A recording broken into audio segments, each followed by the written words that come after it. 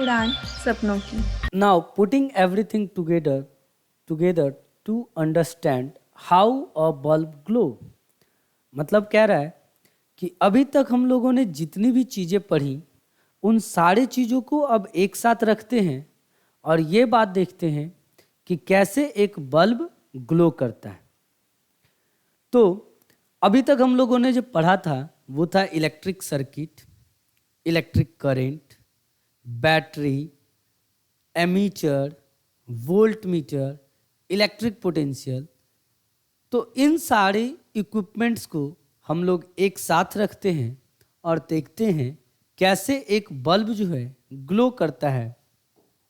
तो कह रहा है when the circuit is turned on, जब हम किसी सर्किट को ऑन करते हैं, the positive terminal rich in positive charge, जो पॉजिटिव टर्मिनल होता है उसके पास बहुत ज़्यादा पॉजिटिव चार्ज होता है, यानी रिच होता है, अमीर होता है पॉजिटिव चार्ज में।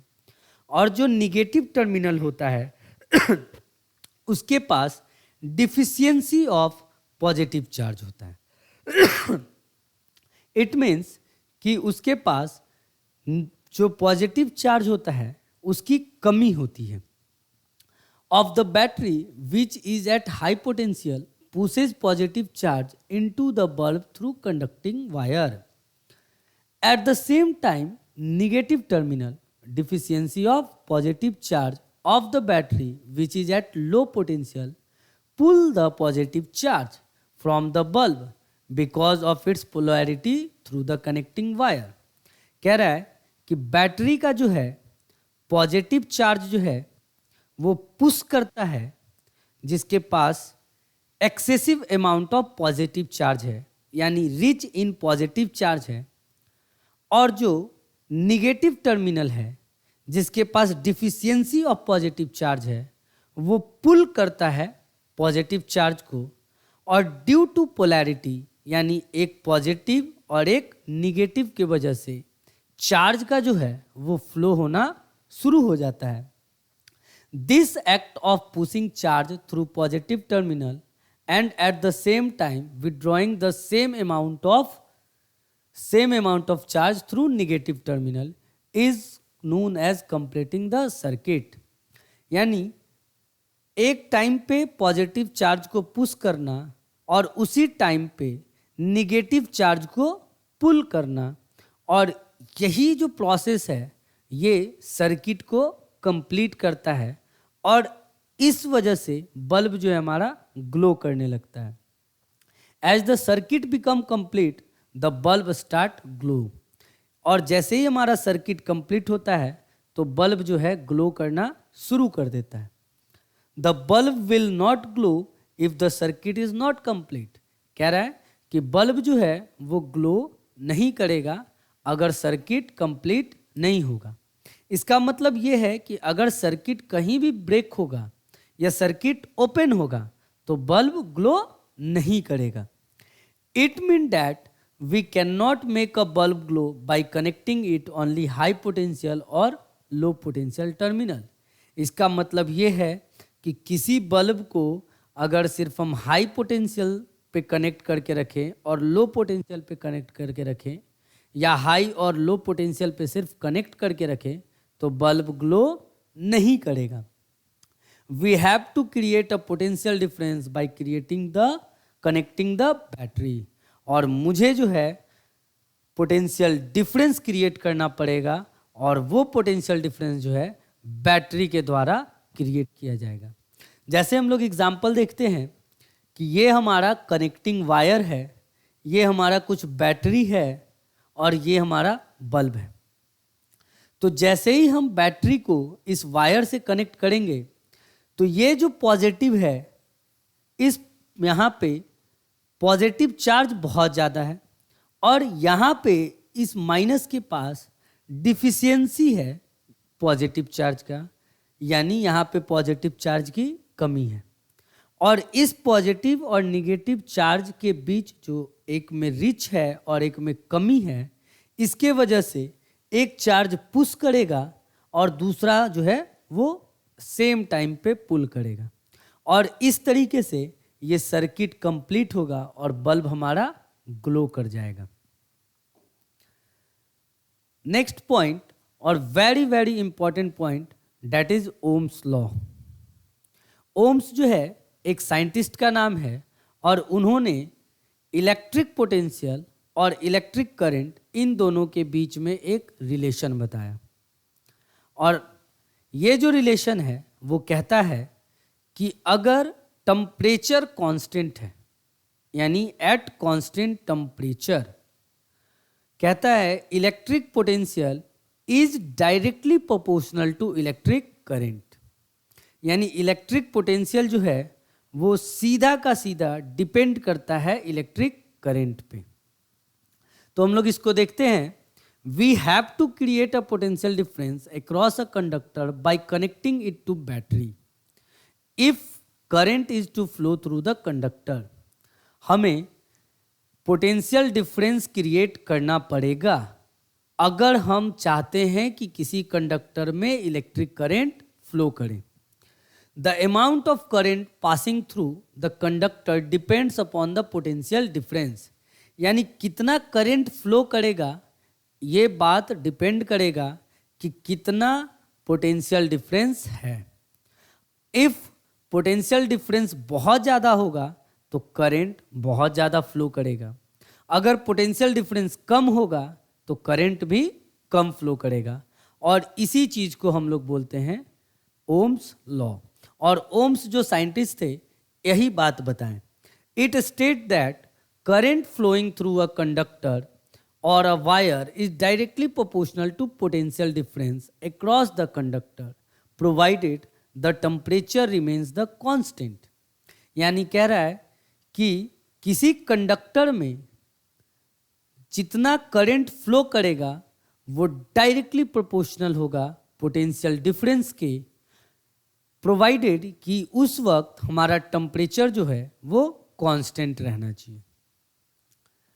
तो अगर हम लोग इसको मैथमेटिकली एक्सप्रेस करें तो कहते हैं V जो है electric potential directly proportional to electric current. This sign ये जो साइन है इसको हम लोग प्रोपोर्शनैलिटी कहते हैं। और जैसे ही ये प्रोपोर्शनैलिटी का साइन हटता है तो यहाँ पे एक कांस्टेंट आता है डेट इज कॉल्ड R। तो यहाँ से हमारे पास एक फॉर्मूला होता है V equals to R into I, और हम लोग ज़्यादातर बोलते हैं V इक्वल्स टू IR, जहाँ की V जो है हमारा वोल्टेज है और इसको जो हम लोग एक यूनिट होता है जो इसका हम लोग इसको बोलते हैं वोल्ट, और इसको हम लोग V सिंबल से रिप्रेजेंट करते हैं। R जो हमारा जो कांस्टेंट है इसको हम लोग कहते हैं रेसिस्टेंस, और I जो होता है हमारा उसको बोलते हैं इलेक्ट्रिक करंट। इलेक्ट्रिक करंट को हम लोग पहले भी जानते हैं, I सिंबल से रिप्रेजेंट करते हैं और इसका जो यूनिट होता है उसको हम लोग एम्पियर कहते हैं। और रेसिस्टेंस जो होता है उसको हम लोग R सिंबल से दिखाते हैं और इसका यूनिट जो होता है SI यूनिट उसको हम लोग ओम कहते हैं, ओम।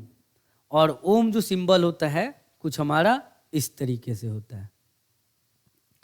तो अब हम लोग रेसिस्टेंस क्या होता है ये बात देखेंगे।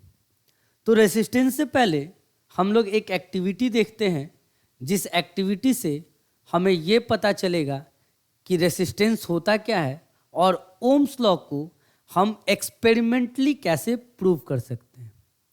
तो हम लोग क्या करेंगे कि सबसे पहले एक इलेक्ट्रिक सर्किट बनाएंगे और उस इलेक्ट्रिक सर्किट में हमारा एक बैटरी होगा, एक बल्ब होगा, एक बैटरी, एक बल्ब, और हम लोग एक एमीटर लगाएंगे। और एमीटर के बाद जो है हम लोग एक वोल्ट मीटर लगाएंगे, वोल्ट मीटर।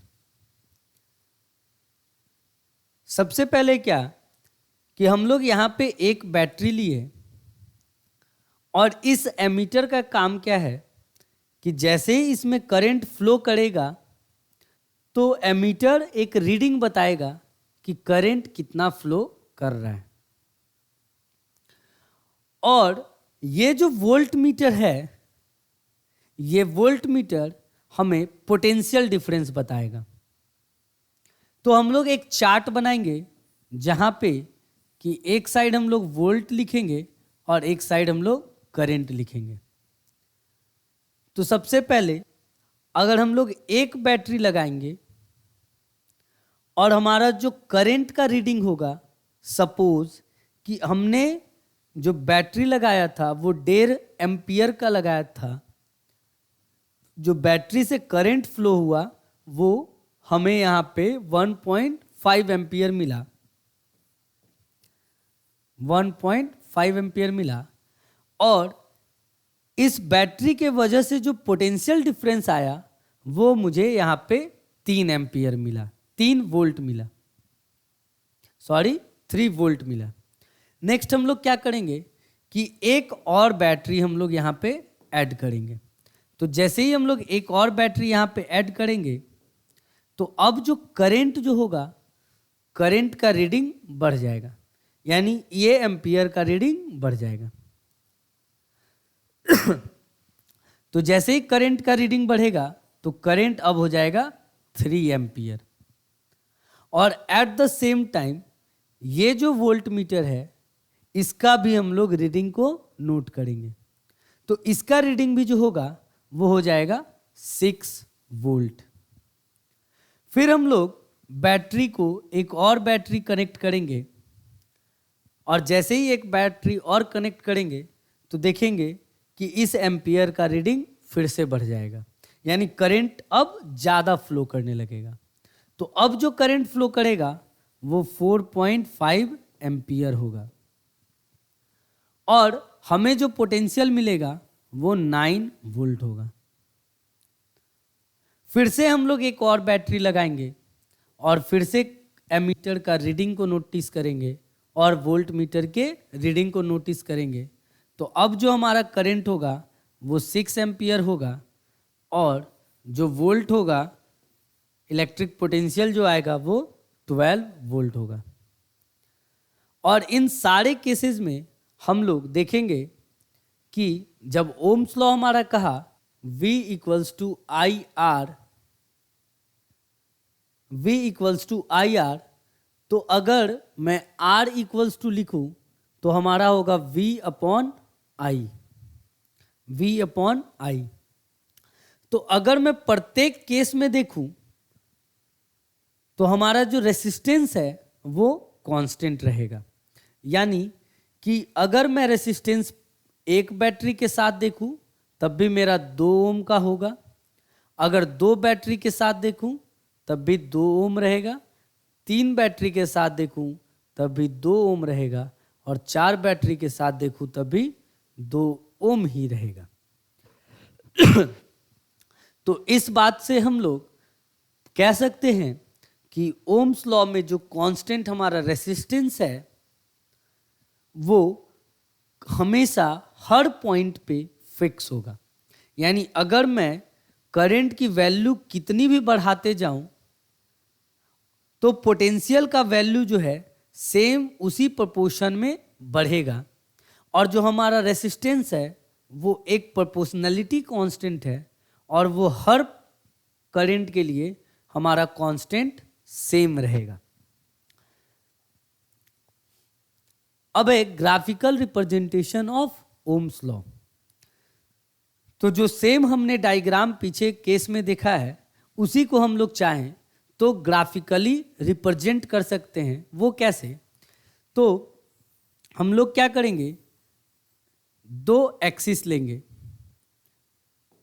एक कोऑर्डिनेट सिस्टम लेंगे जिसमें कि एक जो एक्सिस हमारा कहलाता है उसको, जिसको हम लोग एक्स एक्सिस कहते हैं, उस एक्सिस पे हम लोग वोल्ट को लिखेंगे, वोल्टेज को, और जो हमारा वाई एक्सिस है उस एक्सिस पे हम लोग करंट को लिखेंगे। तो यहाँ पे हम लोग क्या करेंगे कि स्केलिंग करेंगे 3, 6, 9 एंड 12, और करंट जो है हमारा 1.5, 3, 4.5 एंड ये 6। और अगर हम लोग देखें तो ये पॉइंट हमारा जो होगा वो होगा 1, 3, 1.5। अगर हम लोग इस पॉइंट को देखें तो ये होगा हमारा 6,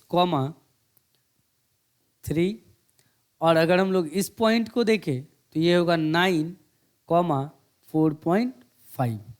और अगर मैं इस सारे डॉट्स को मिला दूं तो हमें एक स्ट्रेट लाइन मिलेगा।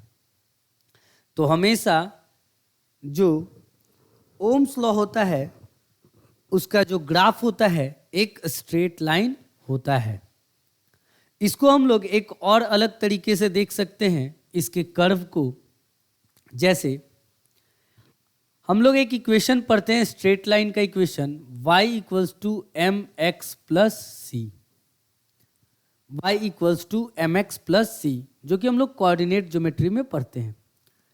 ये जो इक्वेशन है हमारा वो स्ट्रेट लाइन का इक्वेशन है, स्ट्रेट लाइन इक्वेशन, जिसमें y जो है हमारा वो y एक्सिस पे पड़ने वाले सारे पॉइंट्स को रिप्रेजेंट करता है। x जो है हमारा x एक्सिस पे पड़ने वाले सारे पॉइंट्स को रिप्रेजेंट करता है। और ये जो c है ये हमारा इंटरसेप्ट कहलाता है, इंटरसेप्ट। और m जो है हमारा वो स्लोप कहलाता है। तो स्लोप क्या होता है? तो कहता है स्लोप के बारे में जब हम लोग कहते हैं कि अगर कोई कोऑर्डिनेट सिस्टम है x और y, कोई कोऑर्डिनेट सिस्टम है x और y, तो कोई भी लाइन पॉजिटिव x एक्सिस से, कोई भी लाइन पॉजिटिव x एक्सिस पे जो एंटी क्लॉकवाइज एंगल डायरेक्शन में जो एंगल बनाता है डेट इज कॉल्ड स्लोप। यानी कि अगर हम लोग कहें ये हमारे पास पॉजिटिव एक्स एक्सिस है, ये हमारा निगेटिव एक्स एक्सिस है, और इस पॉजिटिव एक्स एक्सिस पे जो एंटी क्लॉकवाइज डायरेक्शन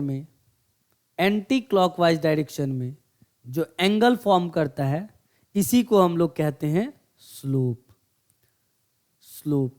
और स्लोप = हमेशा होता है tan थीटा।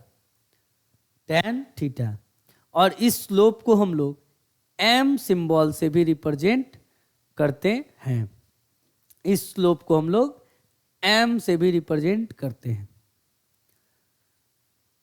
और जो इंटरसेप्ट होता है यानी जो c होता है, ये कहता है कि कोई भी लाइन जो पॉजिटिव y एक्सिस है उसको जो कट करता है उसी को हम लोग, जितना कट करता है उसी को बोलते हैं इंटरसेप्ट। सपोज कि एक और कोई हमारा लाइन है इस तरीके से, एक और लाइन है हमारा इस तरीके से, और ये लाइन जो है, ये जो लाइन है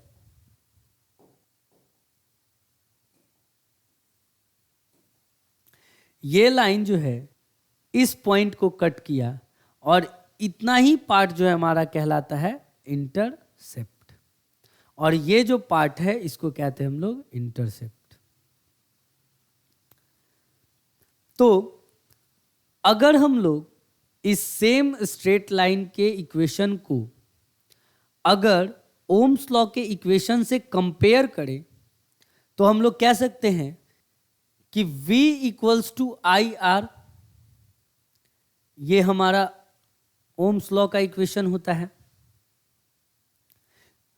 और अगर मैं इसमें एक 0 ऐड कर दूं तो अगर हम लोग देखें तो ये इक्वेशन और ये इक्वेशन, दोनों इक्वेशन हमारा सिमिलर हो गया।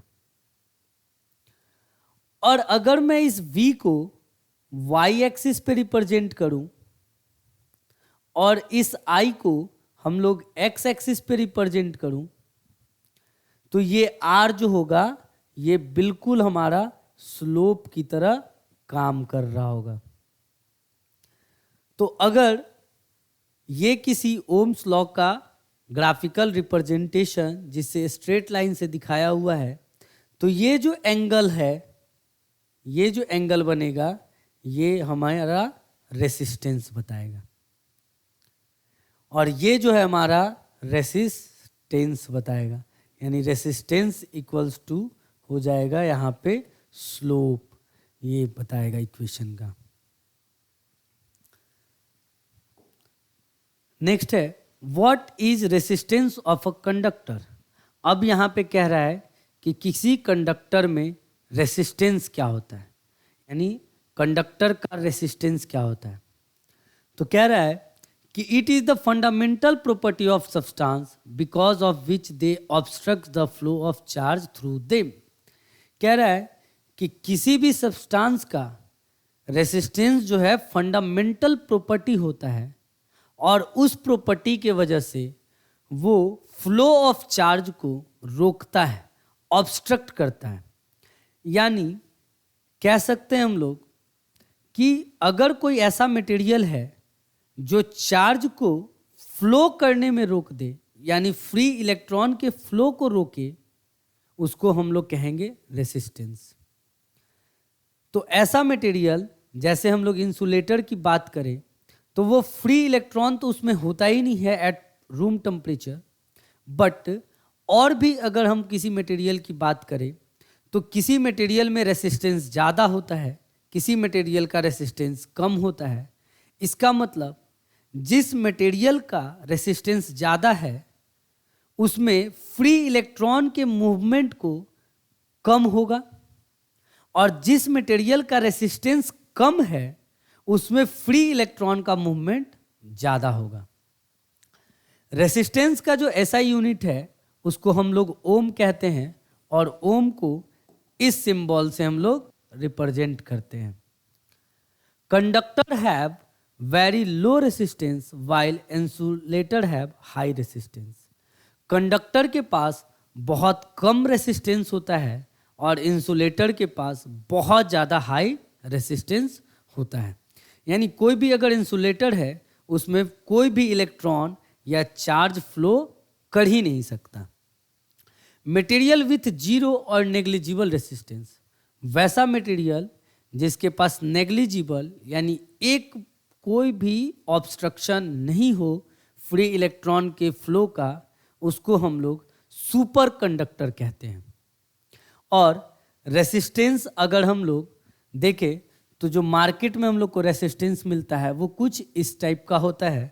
हम लोग देख सकते हैं यहाँ पे रेसिस्टेंस, और ये जो है ये रेसिस्टेंस का सिंबल होता है। यानी रेसिस्टेंस को हम लोग हमेशा कुछ इस टाइप से सिंबल से हम लोग रिप्रेजेंट करते हैं। यहीं पे अब हम लोग पढ़ेंगे एक और बात जिसको बोलते हैं रिहोस्टैट। तो रिहोस्टैट क्या होता है? अगर हम लोग एक एग्जाम्पल देखते हैं स्टेपलाइजर का, हम लोग पहले के टाइम पे स्टेपलाइजर यूज़ करते थे।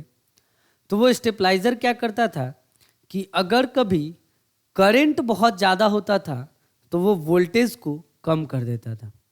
यानी हमें जितना वोल्टेज चाहिए था वो फिक्स वोल्टेज हमें प्रोवाइड करता था, और अगर करंट कभी लो है फिर भी सेम वोल्टेज पे हम लोग को करंट प्रोवाइड करता था।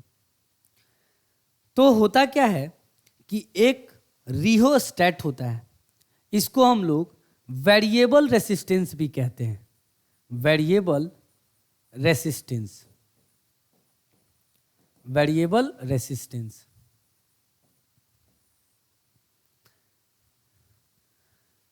इसको हम लोग वेरिएबल रेसिस्टेंस भी कहते हैं।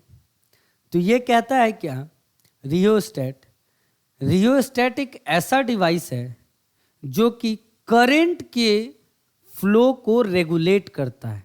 यानी करंट के फ्लो को कंट्रोल करता है।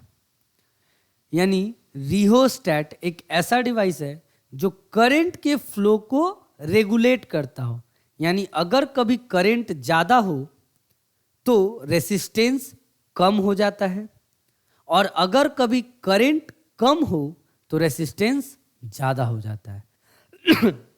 इसको हम लोग मैथमेटिकली भी समझ सकते हैं इस तरीके से कि हमारे पास जो ओम्स लॉ का इक्वेशन है वो है V equals to I R. V equals to I R. अब क्या है कि एक ऐसा कंडीशन हुआ कि जब करंट जो है हमारा बहुत हाई आ गया, यानी करंट बहुत ज़्यादा हुआ, और मुझे पोटेंशियल जो है, इलेक्ट्रिक पोटेंशियल जो है वो फिक्स्ड होना चाहिए, यानी 220 वोल्ट ही होना चाहिए। तो हम लोग उस कंडीशन में क्या करेंगे कि इस इक्वेशन को सेटिस्फाई करने के लिए ये जो रेसिस्टेंस होता है ये अपने आप कम हो जाता है। और कोई ऐसा कंडीशन हो जिस कंडीशन में करंट की वैल्यू जो हो वो कम हो जाए, तो सेम कंडीशन में जो रेसिस्टेंस होता है वो अपने आप बढ़ जाता है। तो यहाँ पे जो रेसिस्टेंस है ये कांस्टेंट नहीं रहता है। ये रेसिस्टेंस डिपेंडिंग अपॉन करंट खुद को बढ़ाता है या खुद को घटाता है। तो वैसा रेसिस्टेंस जो करंट को रेगुलेट करने में मदद करे, that resistance is called variable resistance, और उसको हम लोग रिहोस्टैट भी कहते हैं। इसको हम लोग लिख सकते हैं a device which is used to regulate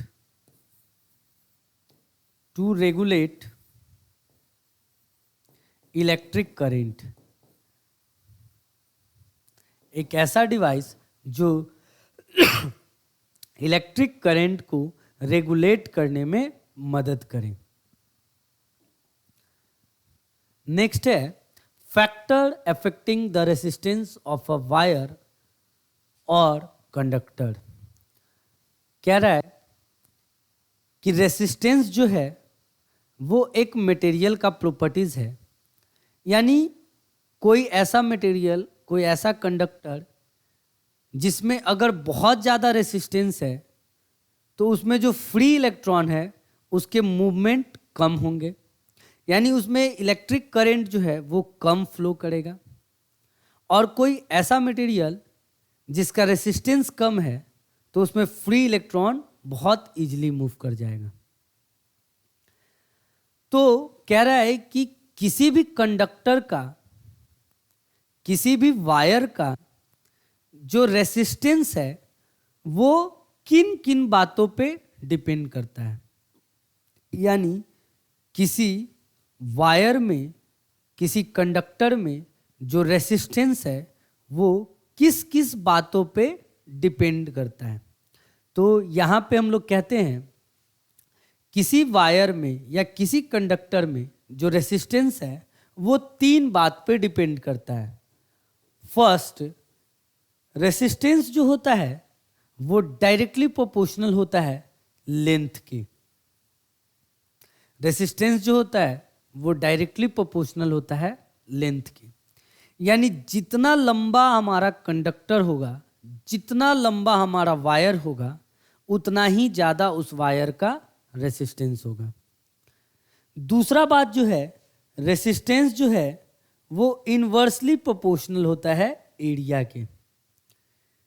यानी कह रहा है कि वायर का जो क्रॉस सेक्शनल एरिया है, सपोज कि ये हमारा वायर है और ये जो आगे वाला टिप दिख रहा है ये वायर का क्रॉस सेक्शनल एरिया कहलाता है। तो जितना मोटा हमारा वायर होगा उतना ही कम रेसिस्टेंस होगा, और जितना ही पतला वायर होगा यानी जितना ही कम एरिया होगा उतना ही रेसिस्टेंस ज़्यादा होगा। यानी रेसिस्टेंस जो है वो एरिया पे भी डिपेंड करता है और इनवर्सली प्रोपोर्शनल होता है। इसका मतलब कि अगर एरिया ज़्यादा होगा तो रेसिस्टेंस हमारा कम होगा, और अगर एरिया कम होगा तो रेसिस्टेंस ज्यादा होगा। एरिया कम होगा तो रेसिस्टेंस ज्यादा होगा। तो हम लोग रेसिस्टेंस देखे कि पहली बात इस पे डिपेंड कर रहा है और दूसरी बात जो है क्रॉस सेक्शनल एरिया पे डिपेंड कर रहा है। और जब दोनों बात को मिलाते हैं तो रेसिस्टेंस जो होता है वो डायरेक्टली प्रोपोर्शनल होता है लेंथ और एरिया के, 1/एरिया के। और जब हम इस प्रोपोर्शनलिटी के साइन को हटाएंगे तो एक कांस्टेंट आएगा जिसको हम लोग रो से दिखाते हैं। तो रेसिस्टेंस जो है वो डायरेक्टली प्रोपोर्शनल होता है लेंथ के, इन्वर्सली प्रोपोर्शनल एरिया के, और एक रेसिस्टिविटी के प्रोपोर्शनल होता है। और रेसिस्टिविटी क्या है कि रेसिस्टिविटी जो है वो मटेरियल का प्रॉपर्टीज है कि कौन सा मटेरियल, कौन सा कंडक्टर कितना फ्री इलेक्ट्रॉन को ऑब्स्ट्रक्ट करेगा। और ये जो रेसिस्टिविटी है ये अलग अलग मटेरियल का अलग अलग होगा। और रेसिस्टिविटी जो है एक हमारा कांस्टेंट है। फॉर एग्जांपल जैसे कॉपर है, कॉपर की अगर वायर है तो उसका रेसिस्टिविटी एक फिक्स्ड होगा। अल्युमिनियम का वायर है तो उसका रेसिस्टिविटी फिक्स होगा। Next, resistance is directly proportional to length of wire. It means that longer wire has more resistance as compared to shorter wire. Resistance जो है वो डायरेक्टली डिपेंड करेगा लेंथ ऑफ वायर पे। जितना लंबा वायर होगा उतना ही ज़्यादा रेसिस्टेंस होगा, जितना ही छोटा वायर होगा उतना ही कम रेसिस्टेंस होगा। Resistance is inversely proportional to area of cross section of wire, यानी it mean that thin wire are more resistive than a thick wire, यानी जितना वायर पतला होगा उतना ही ज़्यादा रेसिस्टेंस होगा। मैथमेटिकली हम लोग रेसिस्टेंस को बोलते हैं R equals to rho L upon A, R equals to rho L upon A, और where rho is the resistivity of the wire. और यहाँ पे जो रो है हमारा वो वायर का रेसिस्टिविटी कहलाता है या किसी कंडक्टर का रेसिस्टिविटी कहलाता है। नेक्स्ट हम लोग देखते हैं यूनिट व्हाट इज रेसिस्टिविटी। अब रेसिस्टिविटी क्या होता है? तो it is the resistance offered by unit length and unit area of cross section of the wire. कह रहा है कि कोई भी वायर का जो यूनिट लेंथ है और यूनिट एरिया है, यूनिट लेंथ और यूनिट क्रॉस सेक्शनल एरिया जो रेसिस्टेंस प्रोवाइड करता है for the flow of free electron या for the flow of electric current, that is called resistivity. इसका जो यूनिट होता है एसआई यूनिट, उसको हम लोग कहते हैं ohm metre. Ohm metre, it's value depend upon the nature of material. इसकी जो वैल्यू है वो मटेरियल किस नेचर का बना हुआ है, यानी कॉपर का है, आयरन का है, स्टील का है, सिल्वर का है, अल्युमिनियम का है, इस पे डिपेंड करेगा। Value of resistivity of few material are given in the table. यहाँ पे कुछ मटेरियल का जो रेसिस्टिविटी है वो यहाँ पे दिया हुआ है। जैसे कॉपर की रेसिस्टिविटी बात करें तो 1.62 इंटू 10 का पावर -8 होता है। आयरन की बात करें तो 10 इंटू 10 का पावर -8 होता है। और ग्लास की बात करें तो 10 का पावर 10 टू लेके 10 का पावर 14 तक होता है। अब हम लोग बात करते हैं कि SI unit of resistivity ohm metre होता है और इस रेसिस्टिविटी को हम लोग फाइंड कैसे करेंगे। तो यहाँ पे देखो, हम लोग जानते हैं अभी कि रेसिस्टेंस इक्वल्स टू होता है rho L upon A। Resistance equals to rho L upon area. तो मुझे अगर इस रेसिस्टिविटी का यूनिट निकालना है तो मैं रेसिस्टिविटी को राइट हैंड साइड में छोड़ दूंगा, बाद बाकी सारे टर्म को लेफ्ट हैंड साइड में लेकर आऊंगा। तो L जब नीचे आएगा तो यहाँ पे डिवाइड में आ जाएगा, तो R/L हो जाएगा, और A जो है ऊपर मल्टीप्लाई हो जाएगा, और इसको मतलब हम लोग लिख दिए O रो। अब हम लोग यहाँ पे सबका यूनिट लिखेंगे। तो एरिया का यूनिट होता है मीटर स्क्वायर, रेसिस्टेंस का यूनिट होता है ओम, डिवाइड बाय लेंथ का यूनिट होता है हमारा मीटर, और इधर आ गया हमारा रो। तो यहाँ पे 1 मीटर से 1 मीटर कट गया, तो रो इक्वल्स टू हमारा बचा मीटर इंटू ओम। यानी हम लोग कह सकते हैं कि रेसिस्टिविटी का जो ऐसा यूनिट होता है वो ओम मीटर होता है।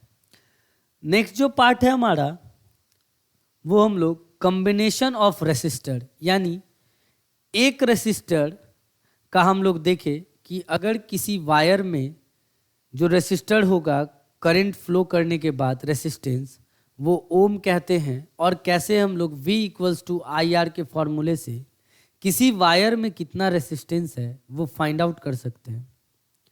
और जब अगर एक से ज़्यादा रेसिस्टेंस लगा हुआ हो किसी सर्किट में या किसी वायर में, एक या एक से ज़्यादा रेसिस्टेंस हो, तो हम लोग उसको कैसे फाइंड आउट करेंगे? तो कॉम्बिनेशन ऑफ रेसिस्टर, और यहीं पे अब हमारा सीरीज और पैरेलल कनेक्शन ऑफ रेसिस्टेंस आएगा। तो इसको अब हम लोग नेक्स्ट क्लास में देखेंगे।